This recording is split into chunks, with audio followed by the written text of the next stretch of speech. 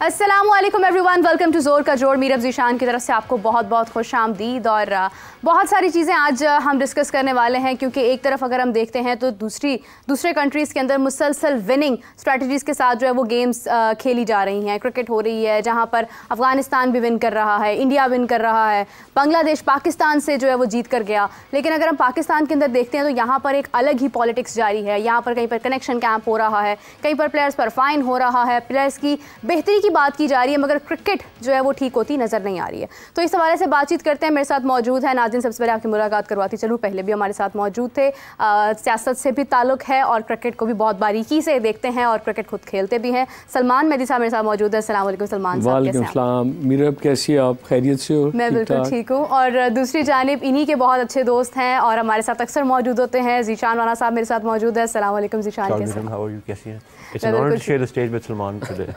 No, I know, because ये दोनों cricket खेलते हैं और ये दोनों जब क्रिकेट खेलते हैं तो फिर इनको एक तरफ अच्छा लग रहा होता है कि हम तो शॉट्स खेल रहे हैं, दूसरी तरफ दुख हो रहा होता है कि प्लेयर्स जो है वो शॉट्स क्यों नहीं मार रहे हैं। सलमान साहब आपसे शुरू करना चाहूँगी, अगर हम बात करें क्योंकि सबसे पहले मैं चाहती हूँ कि हम इंडिया का हवाला दें थोड़ा सा, बिकॉज इंडिया भी रिसेंटली बहुत ही एक ज़बरदस्त मतलब एक बड़े स्कोर के साथ बांग्लादेश से जीते हैं। और सुनने में ये भी आ रहा है कि 92 ईयर्स के बाद उनकी जो टेस्ट की जो विन है वो ज़्यादा है as compare to the losers. मतलब मैच में वो ज़्यादा बार हारे, 179 बार हारे हैं वो टेस्ट में अभी तक, और 178 टाइम्स जो है वो हारे थे, तो 179 टाइम्स वो जीते हैं। तो कैसे देखते हैं आप इनके टेस्ट को? मीरब, मैं देखें ये दोनों जो टीम्स हैं ना, हाँ, इंडिया और बांग्लादेश, ये दोनों ही एक तो खैर वैसी वर्ल्ड चैम्पियन लेवल टीम है इंडिया, और जो बांग्लादेश है वो इतना इम्प्रूव कर गई है, इतना इम्प्रूव कर गई है कि पहले तो मैं आपके साथ थोड़ा सा डिसएग्री करूंगा कि ये कंपैरिजन ही गलत था कि हम इन दोनों टीमों की क्रिकेट को अपनी क्रिकेट के साथ हम कंपेयर भी ना करें। इनको इंडिविजुअली देखें। आप सिर्फ ये देखें कि बांग्लादेश हारे या जीते, वो नज़र आता है कि वो एफर्ट कर रहे हैं और कहाँ से कहाँ उन्होंने अपनी जगह बनाई है, और कंडीशंस देखें और उनकी परफॉर्मेंस देखें और उनका जज्बा। असल तो गेम कोई भी मैदान हो ना, क्रिकेट छोड़ के कोई भी फील्ड हो, वो आपके जज्बा और आपके जुनून ने आपको एक लेवल से ऊपर लेके जाना होता है। टेक्निक्स मोर और लेस वही होती है ना, बैट पकड़ना भी दो हाथों से है, बॉल भी करानी है। आपका जो पैशन है ना इनसाइड, वो आपको एक एवरेज से एक ऊपर अबव एवरेज लेकर जाता है। तो ये दोनों टीमें तो इन्होंने तो सोचा हुआ कि हमारा जीना मरना जो है ना वो जीत के साथ है और इज्जत भी जीत के साथ है।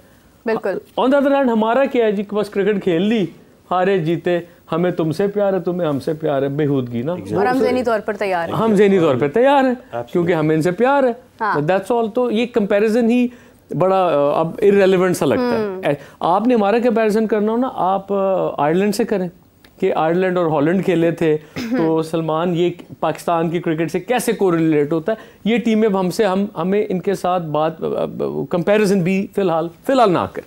हाँ। मैं तो इन पे तबसरा भी नहीं करना चाहूँगा। अगर if you want to compare Pakistan at the moment with India and Bangladesh, there is no comparison. मतलब यू वांट टू से कि we can not even compare Pakistan with Bangladesh right now, क्योंकि वो भी किसी गेम्स के साथ हमें नजर आ रहे हैं। Exactly, they have a plan, they are a unit.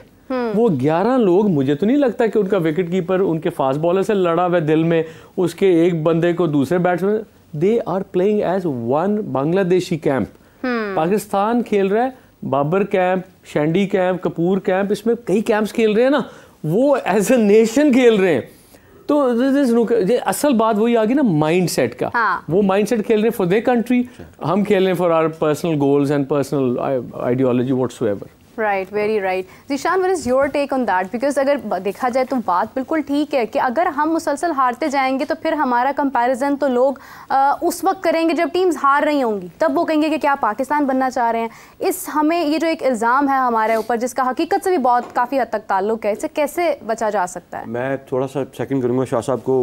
अभी बैक स्टेज पे बैठ के बात कर रहे थे तो उन्होंने कहा कि फिर क्या बना, वो इंग्लैंड की सीरीज़ आ रही है तो क्या मीडिया राइट्स का बना? मैं कहा जी कम लगे हैं। कहते हैं नहीं, आपके स्टॉक्स गिर गए हैं। तो दिस इज व्हाट ही मेंट कि आपके जो प्लेयर्स हैं ना, उनकी अब वो मार्केट वैल्यू नहीं रहेगी इन फाइटिंग की वजह से, जिसकी वजह से आपकी टीम परफॉर्म नहीं करेगी तो आपका स्टॉक गिरेगा। जब स्टॉक गिरेगा तो आई बॉल और फुटफॉल नहीं आएगा, जिसकी वजह से आपकी इंग्लिश सीरीज, शाह साहब सही बात है, इंग्लैंड के लोग टेस्ट सीरीज नहीं व्यू कर पाएंगे, पैसे उन्होंने नहीं लगाए। सो जिस इन फाइटिंग की बात करें, मेरे भी अपने स्टार्ट में शो के कहा कि कनेक्शन कैंप लगा था। बिल्कुल। कभी चले हम बात हमेशा बेंचमार्किंग ऑस्ट्रेलिया, इंग्लैंड और इंडिया की करते हैं, हाँ। कभी वहाँ सुना है कि 9-10 प्लेयर इकट्ठे हुए हों और उन्होंने कहा कि जनाब हमने एक कैप्टन सेलेक्ट करना है, हाँ। जबकि चेयरमैन हैज राइट, चेयरमैन साहब शुड एक्सरसाइज हिज अथॉरिटी, कहें वही बात कि जनाब ये पॉइंट हो गया, फॉलो नहीं, इनको फॉलो करें। आपके अगर से चेयरमैन साहब डिसाइड करते हैं कि रिजवान ने कैप्टन बनना, तो that is it, competent authority ने कह दिया, आप उसको करें और टीम के साथ लगे। अब बांग्लादेश इस यूनिट क्यों खेला है? शांतु उनको कैप्टन कर रहा है, और सही बात है वो उनका जो पहले कैप्टन था शाकिब वगैरह, they are all following in line. और एक और बात, वो जो हम कहते हैं वो हम भी हैप्पी आप भी हैप्पी, सो उसमें ये कि आपकी इंटेंट टू विन जो है ना वो खत्म हो जाती है। जब इंटेंट टू विन खत्म होती है ना, then it's no more a sport, it is mere stage and where you are acting, that is it. मैं मेरा एक पॉइंट ऐड करना चाहूँगा, जब कप्तान सिलेक्ट 8-10 प्लेयरों की मर्जी से होना है, तो फिर बोर्ड क्यों बैठा है?